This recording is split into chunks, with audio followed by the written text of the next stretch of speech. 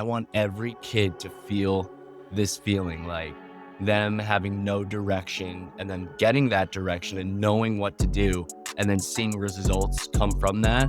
Baseball is a failing sport. That's what it is. Like, if you can't be comfortable in stretches of failure, then you're probably not going to have much of a leash in baseball. A lot of kids, like I said, most kids will say, I want to play for the Red Sox and all that, but then they don't do anything unless prompted. But at some point, the kid needs to take over, and those are the high school kids that you see that excel. Those are the kids that set aside time for them to work out, set aside time for them to get individual cage work, and they're not prompted by anyone else. All right. Chris Murphy, Coach Murph, welcome to the Next Season podcast. Hey, pumped you're having me on. Oh, man, it's absolutely my pleasure and my honor to have you on. Been following you for a while, and to be able to get connected with you and have an opportunity to work with you too, and have our son work with you has been awesome. Any baseball coaches out there or baseball families, and you have followed baseball or you're a baseball player, and you've been online, if you've been on Instagram, on other platforms, I know that you've seen Coach Murph. I know they've come across your profile, seen your content. It is top-notch content and material and top-notch coaching. So what I always do with my guests is I want to dig into a little bit of your background, your backstory before we jump into what you're doing now. So let's rewind a little bit. Your background from baseball player to where you are now. Where are you from? I'm from New Hampshire, which always shocks people that aren't from the Northeast. But yeah, I had a great time growing up in New Hampshire. I feel very fortunate that I grew up there. Always loved baseball ever since. I've played since I was 5. Really fell in love with it when I was like 8 or 9, maybe. And yeah, I loved everything about it. I loved the intricacies of baseball. Like, I love just the little in between the lines type things. I loved following stats. I really became a huge Red Sox fan after the 07 World Series that we had.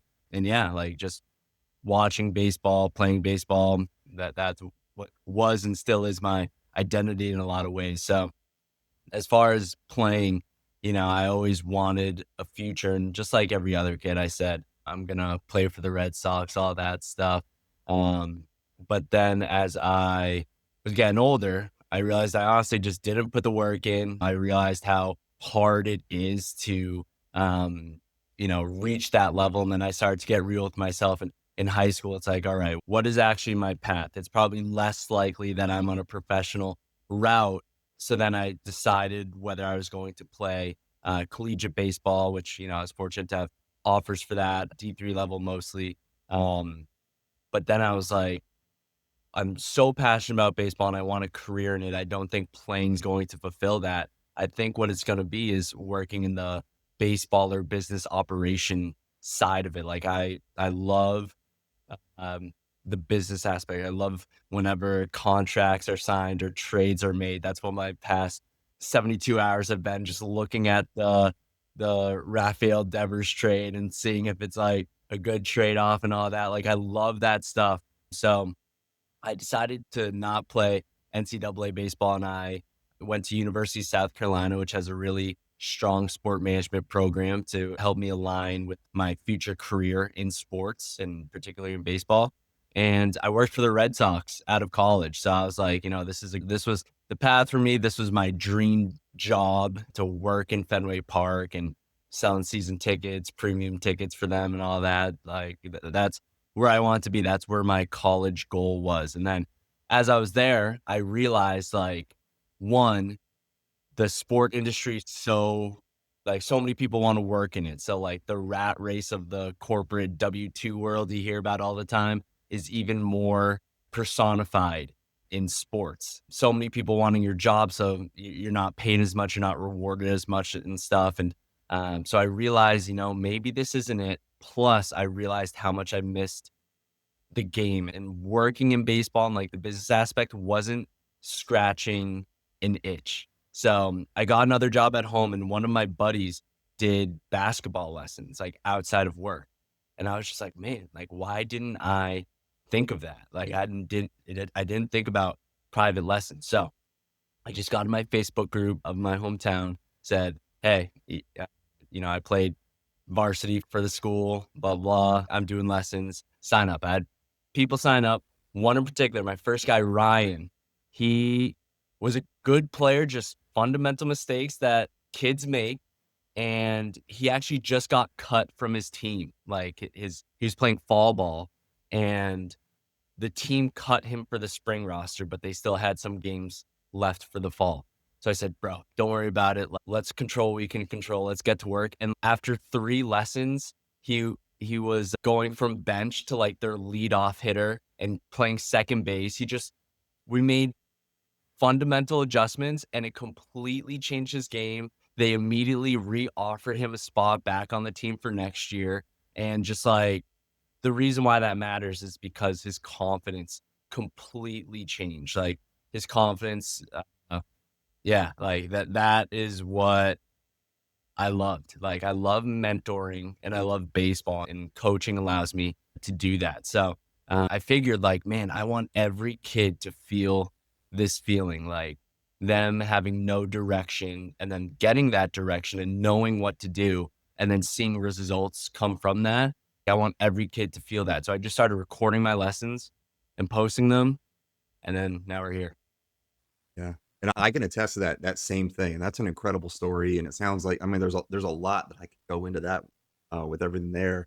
Um, was that the light bulb moment for you when you realized that this is something that you could do in terms of, truly coaching and mentoring and having that be a career for you? Yeah, I'm pretty fortunate that I feel like my first go at that, it was like pretty convicting Yeah. that this is where I was meant to be. My professional background, obviously, same with you, like, baseball has been a huge part of my life, had an opportunity to play college baseball. Same thing, right? Like, the talent was there, I think, for both of us, but the work ethic and the application in order to maximize that talent to reach the potential of could be. No guarantees. Like it is such a small chance that people make it professionally. But if you're not putting in the work consistently, it's not gonna. And so same thing for me. And to be able to take those lessons and those perspectives and work with the athletes that I do now on the physical and the mental side of the game is really important. But my professional background is in training and development. Now, mostly with adults, there's a lot of science that goes into that and tactical things that you can do that I can do when I'm talking to adults, whether it's in a classroom setting, a boardroom setting, or sustained over long periods of time.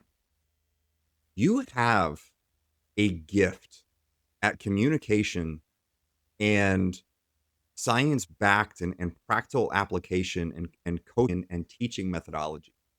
Is that something that you've worked on, or is that just something that comes natural for you? Thanks for saying that.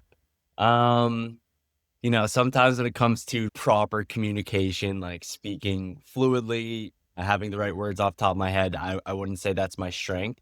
But in terms of being personable in how I communicate, and what I mean by that is being able to kind of gain trust in the tone that I have, especially with kids. So, like, I think a big thing with kids when they're being coached, it's often from, adults like fathers, 30s, 40s. And, there's just a natural gap in between how a kid can relate to an adult like that. But for me, I'm 27. I think I look a little younger. And um, I say sometimes that I speak in broology. Like I just speak their language. I call them bro.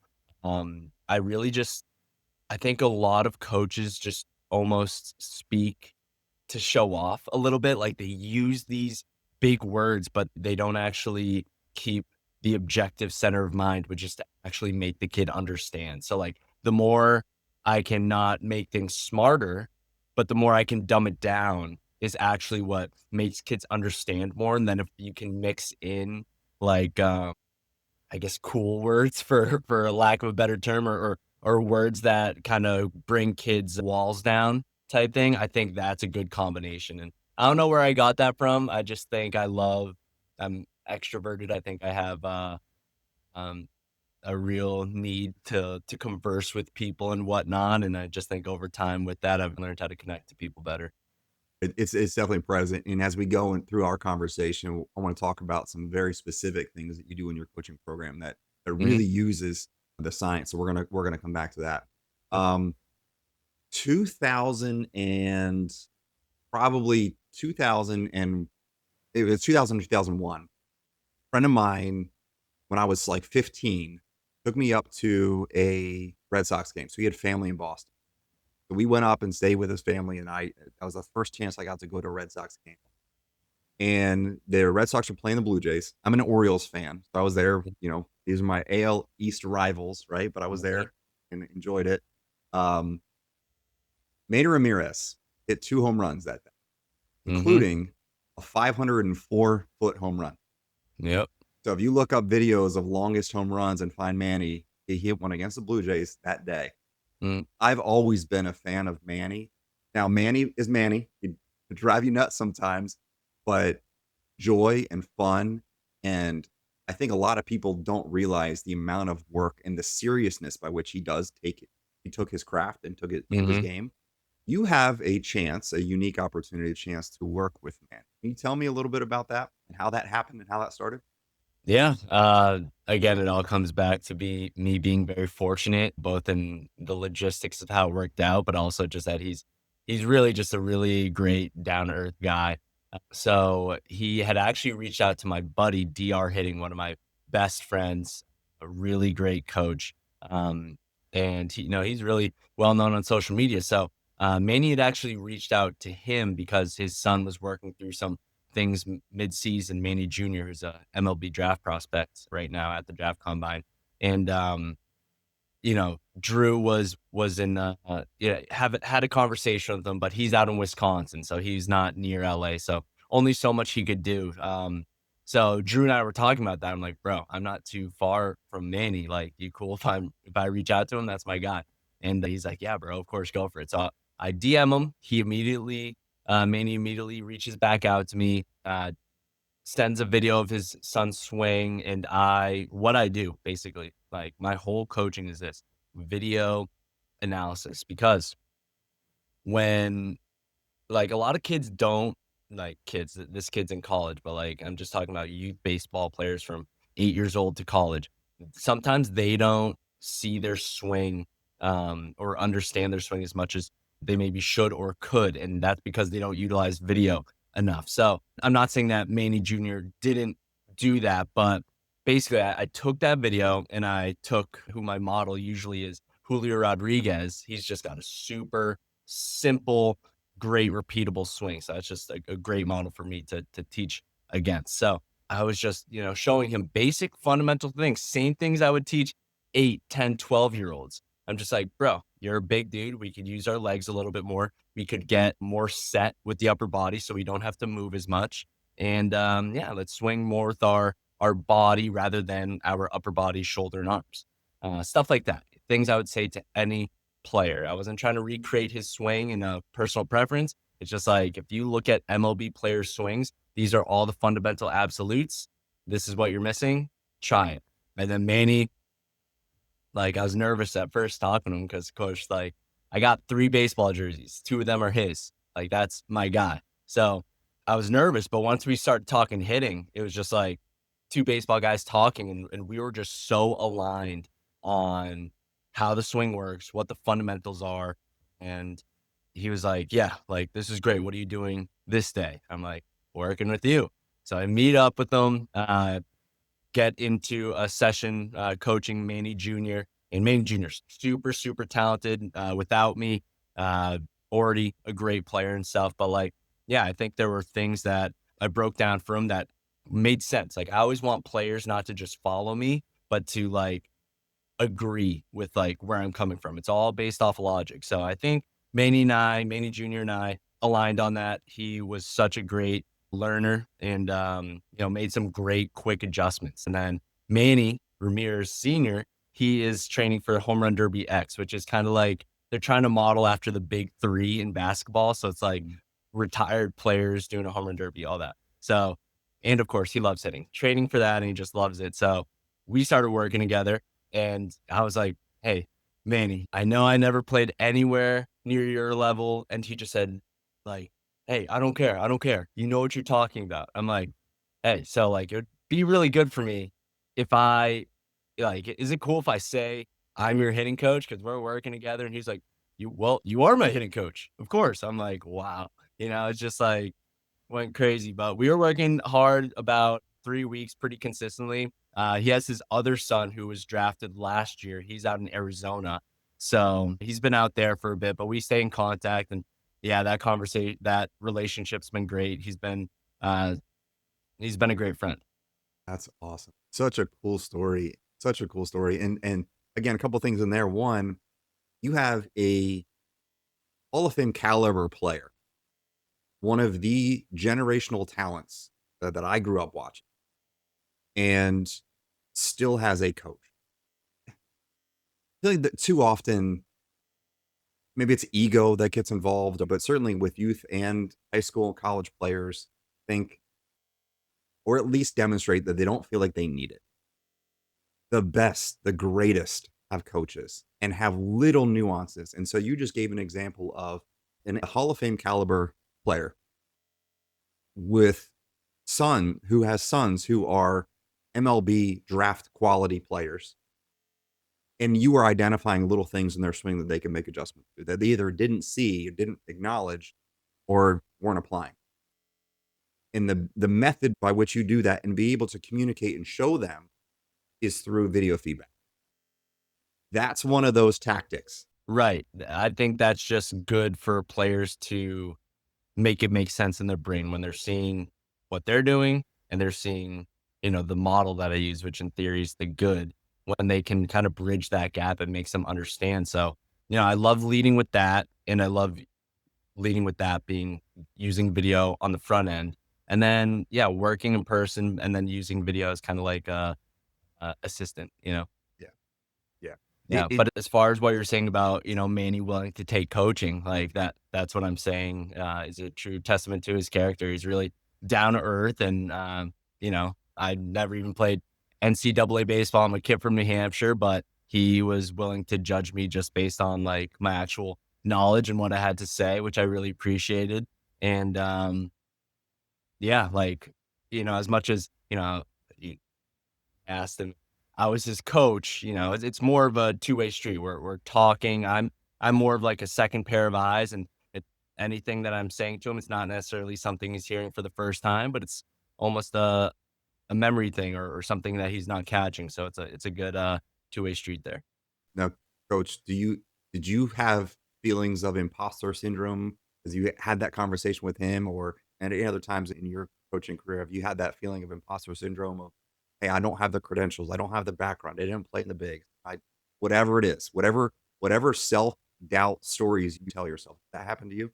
Yeah, I think it happens to everyone a little bit, and, yeah, that's a great question. That honestly is what stops people in their tracks a lot, and yeah, I still have a little bit sometimes, more so when it comes to, like, if someone wants to hit or, like, they wanna do a video with me playing, it's like, "Hey, I don't think you guys realize I didn't like, people think, I should play for the Bananas all the time." Yeah. I'm like, "Hey, Yeah. that's nice for you to say that, but, like, just this isn't me talking down to myself, like, these guys are just really good. Like, I don't think people realize how good banana ball is and stuff.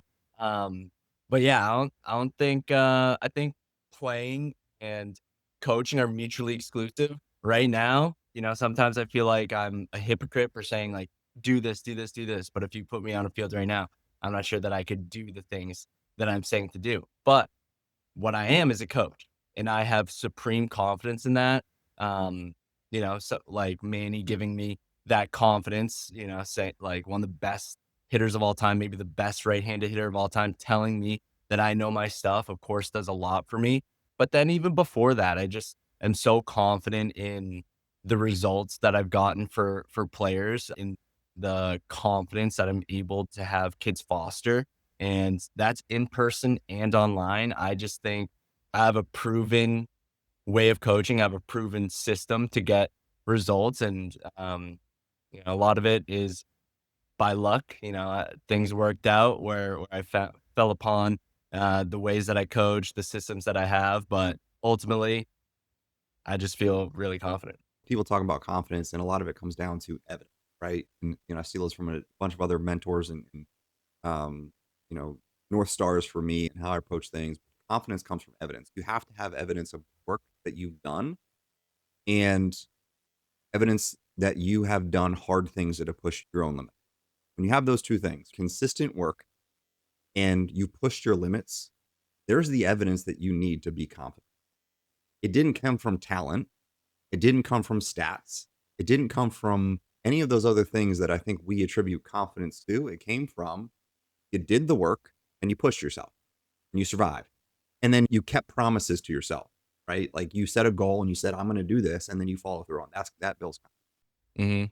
Yeah, one of the main things that I say to the players that I work with is like, if you take the time, like in my program, it provides them this, but like if you take the time to absorb information that you have conviction in. So if you feel like you're learning the right things, and then if you are creating a practice habit, doing the right things, then it's like the conviction you have in what you're doing and how much effort you're putting into it automatically flicks a switch in your brain where you feel like you're almost owed or due for success. So I think as much as I'm teaching mechanics and, a lot of it is physical, I think, I have it built in where it creates great mental leaps as well through the path of these mechanical adjustments. Just because if you're doing the right things and putting in the time, when it comes game time, it's almost like you've worked for that moment and it's just waiting to pop off.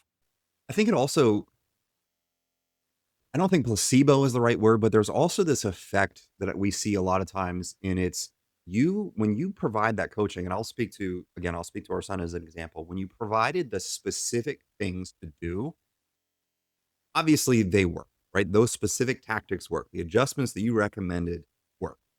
And also, you gave direction. You pointed him in a direction that just simply saying, hey, this is the adjustment that we're going to make. And there's immediate gain of confidence because he felt, okay, I'm applying this thing that coach said would work. And so just simply having a step in that direction can yield results in a game like baseball. I can speak for our own personal experience of working with you. And I was a little hesitant based upon the timing because it was right at the beginning of a season. Actually, it was just after a tournament that he did not play well. He did not hit well. And I didn't want to introduce new concepts or mechanics mid-season, right? Like I feel like that's traditionally been an off-season. But I also knew that there were those confidence obstacles, and I knew that there were things going on between the ears and within the mechanics that even a slight adjustment could benefit. The physical and the mental results were immediate, like 2 days. How much do you believe is mental in the athletes that you work with, let's say 10 to 20 years old? How much of it is mental versus physical? Mm, well, I always go to, and I learned this from my buddy Ian Jenkins, who is one of the most knowledgeable hitting people walking this earth. He's great. I learned a lot from him. But one thing that I really resonated with him saying is that a player with a bad swing but great confidence is going to have more success than a player with a fantastic swing but little confidence. So I always define mental as like what brings your talent or lack of talent to the field. If you have a mental block, it's gonna block your talent from performing. But if you're free-minded, have confidence, almost, arrogance, or just, you're not too hard on yourself and you allow whatever talent you have to play, you're gonna get the most out of it. So, while that's true, I do always lead with mechanics because, it's gonna help if you have a better swing, but it's like the mental kind of works hand in hand with that without me even directly addressing it. So if a player feels like they actually have a path of skill development, they are more knowledgeable and they feel like they know what they're doing, then they're naturally going to have confidence in that, and they're naturally going to feel better about their new process. They're going to feel better about their path to success.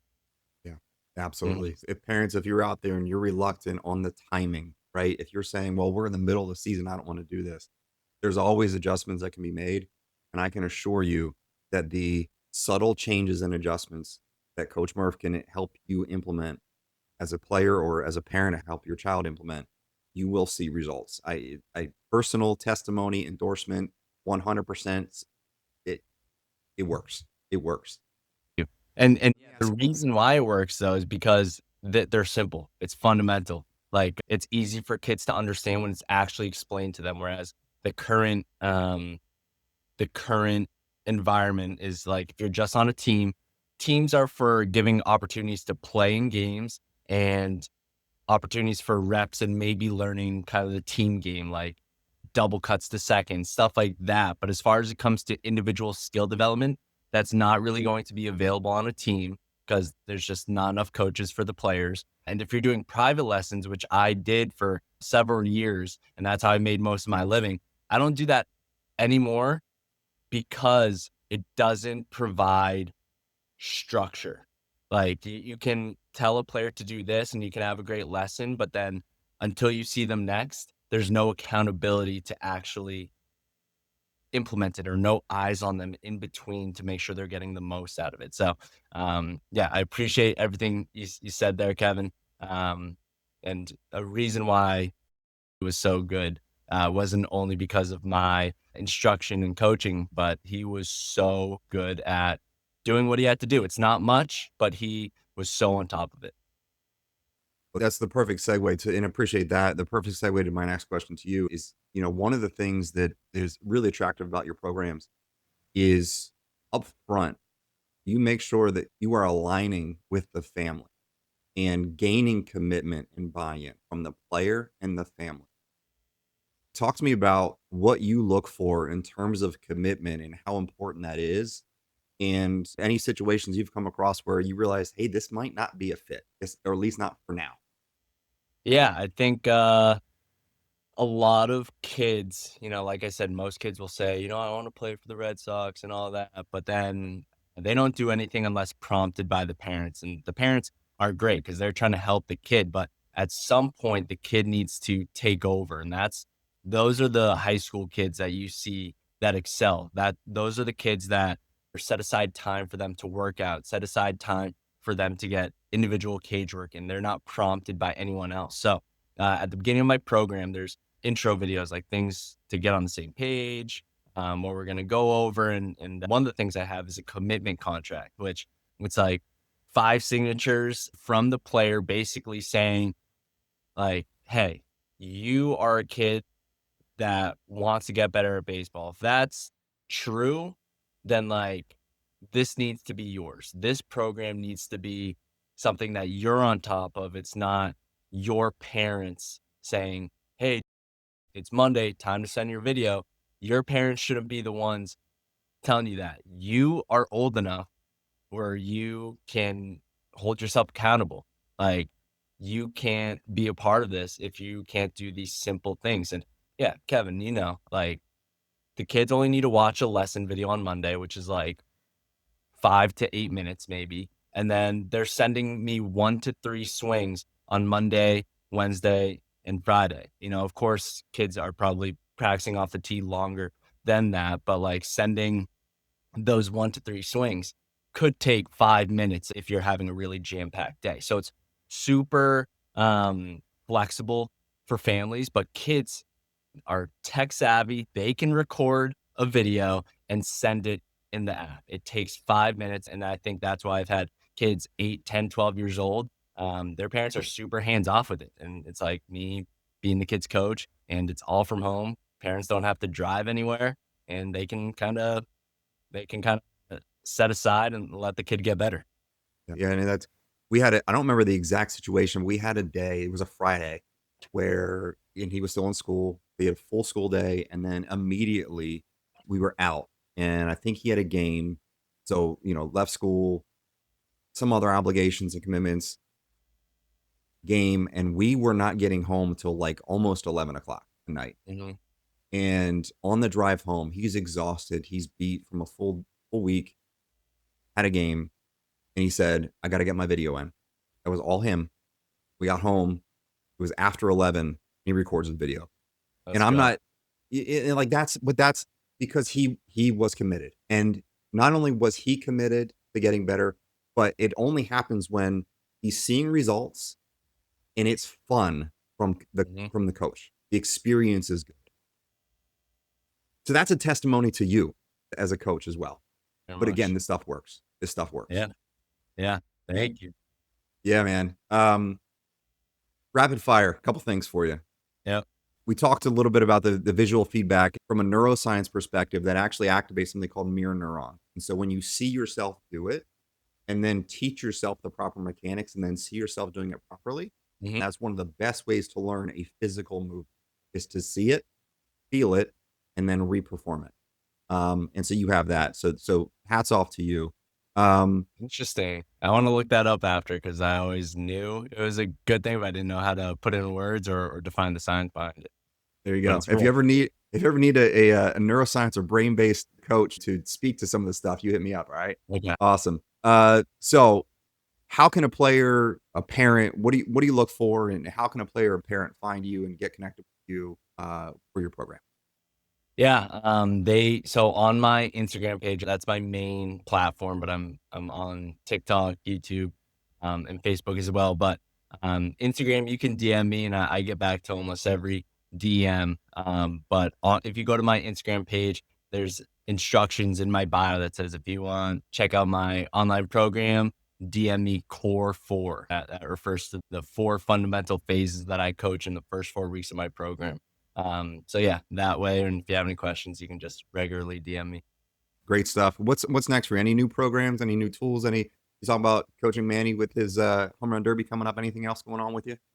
I have loved the results and impact I've been able to make through the coaching program. Another one of my um, skills that I feel like I'm good at fundamentally coaching is infield. So I'm trying to build out a similar program for infield, trying to make it as easy as it was for hitting in terms of the fulfillment from the families and the players to do it from home. I think that's a big reason why my program was successful. So I've workshopped that a few times, but really hoping to finalize that and get recording this week to launch for July.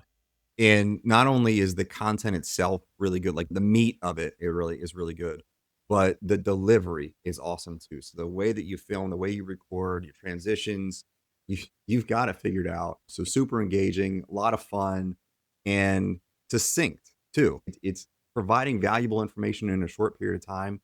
So guys, if you're out there, if you want this coaching, follow him. You're going to get great instruction and guidance for free. But I'm telling you, to join the paid program is 100% worth it. Most underrated piece of hitting advice that you have received or taught others. How important the stance is. It's the number one thing. You have all the time in the world to get in a good stance, but kids dance in the box and wiggle their body and they're showing the pitcher that they aren't stable, they aren't ready. But the swing's a chain reaction. So if you're doing good stuff at the beginning, good stuff will likely follow. But if you're doing bad, weak stuff at the beginning, the weakness and bad will trickle down into your swing. So the easiest way to improve is getting the body in a strong, stable position. Great Mhm. stuff. Um, one thing that separates hitters from staying stuck, the breaking through. Mm, mental. Mental first, because like I said, mental is what can either halt your talent from performing or allow whatever talent you have to perform in the game. So that, and like I said, fundamentals like, and I guess I'll specify that more to knowledge.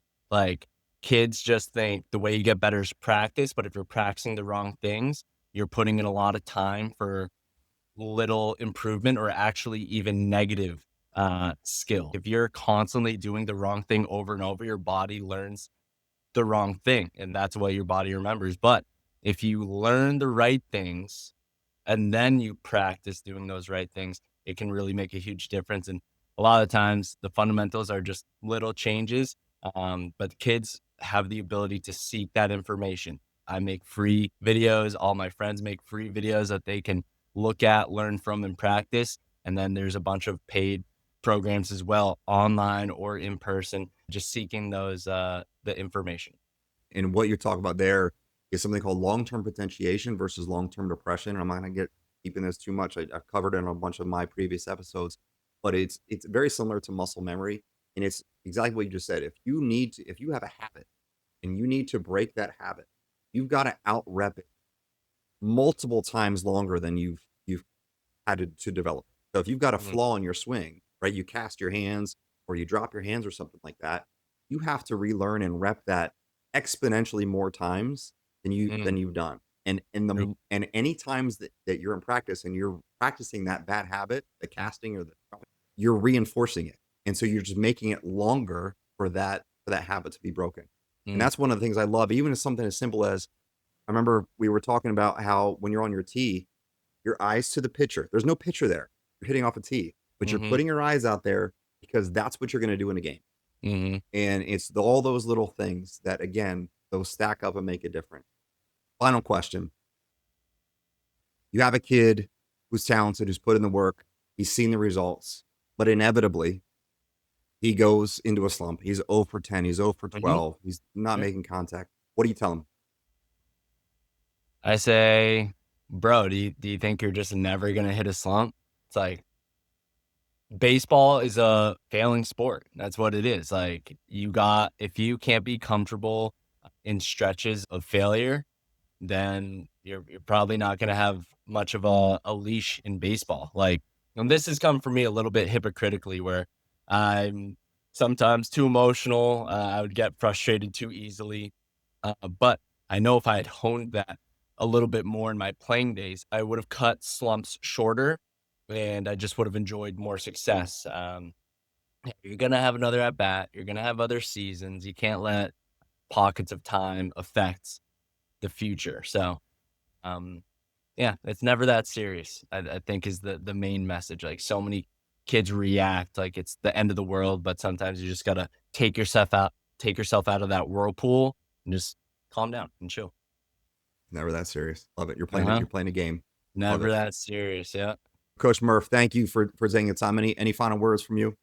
No, I think you're really nice in all the things you had to say, and I really appreciate it. Um, again, I think my program's good, but I think you've raised to be a really disciplined, good kid, and he the biggest reason for success is because of the effort he put in and the type of kid he is. So hats off to you for that. Appreciate it. Awesome. Well, Coach Murph, it's been an absolute honor to have this conversation with you. At some point, we got to do it again. I've Mm, got more questions to ask, and it's always a blast to connect with you. Again, if you're interested in getting some hitting coaching and now potentially fielding coaching from one of the top coaches out there, trust me, you're going to want to hit up Coach Murph and get into his program. So appreciate you, and catch you next time. heck yeah. Thanks, Kevin. Appreciate it. All right, man.